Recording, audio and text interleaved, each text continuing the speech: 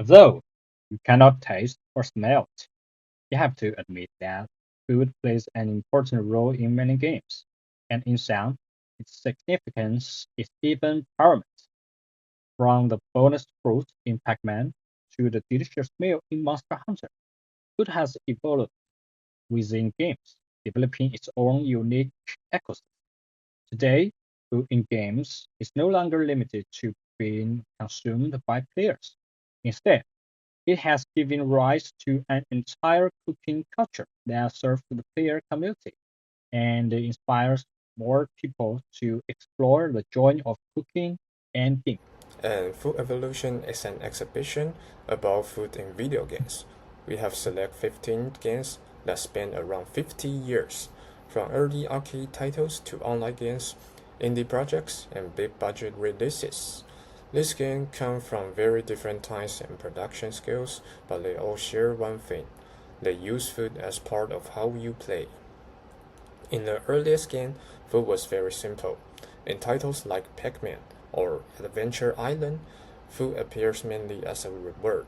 You eat pellets or items, and sometimes you get fruit that increases your score.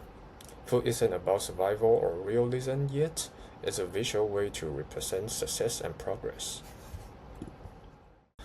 As game moves into the 2000s, especially with online role-playing games, food started to behave more like it does in real life. In games like MapleStory, food restores health or magic, or gives temporary boosts. The idea became very common and is still used in many RPGs today, including games like Final Fantasy XIV and Genshin Impact. A major shift happens with Minecraft. Here, food becomes essential. The game introduces hunger, which means players have to eat in order to survive. You need to farm, hunt, and prepare food as part of everyday life. Later, indie titles like Don't Starve and Stone Shard push this even further, turning food into a complex system involving recipes, planning, and risk. On the other side, middle-scale games explore food in different ways. Overcooked make cooking itself the main gameplay, focusing on cooperation and chaos.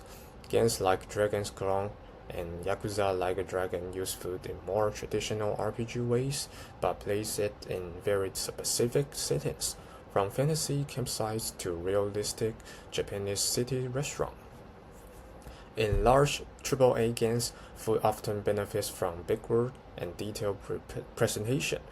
The Legend of Zelda Breath of the Wild lets players gather ingredients across a living ecosystem and cook meals to survive and adapt. Pokemon Scarlet and Violet turned cooking into a bonding activity, while Monster Hunter Wild treats food preparation as a ritual before the hunt. The exhibition ends with an experimental work that asks simple but strange question. What actually counts as a food in a game? What can be eaten and who decides that?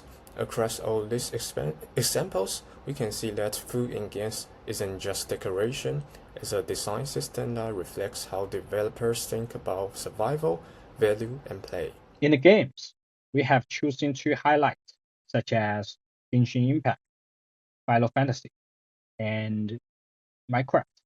The core gameplay is not heavily relied on food, yet they have all chosen food as a media to carry their game culture.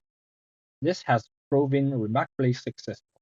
As an old Chinese saying goes, food is the paramount necessity of the people. No one dislikes good food, and people always release discussion about it.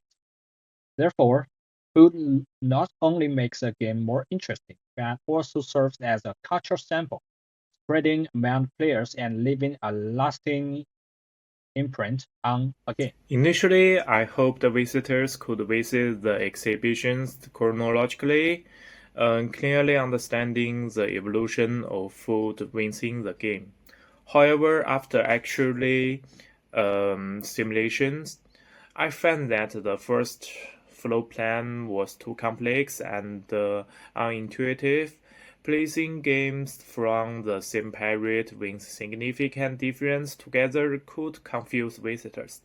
I realized the need for a more detailed zoning of the games. So, in the redesign, I established a representative games area as the main focus, supplemented by chronological zoning, allowing visitors to freely choose their own route without confusion.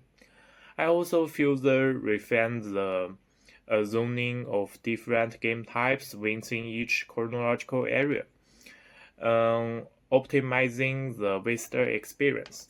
Regarding the additional area, this area is decided to showcase the applications of food in experimental games, VR games, and game-related products, thereby demonstrating the possibilities and the future development of food in games.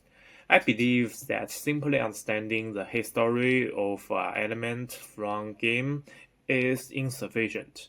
We should also focus on this future and how it can advance the overall game industry, gaining a more comprehensive understanding of this potential.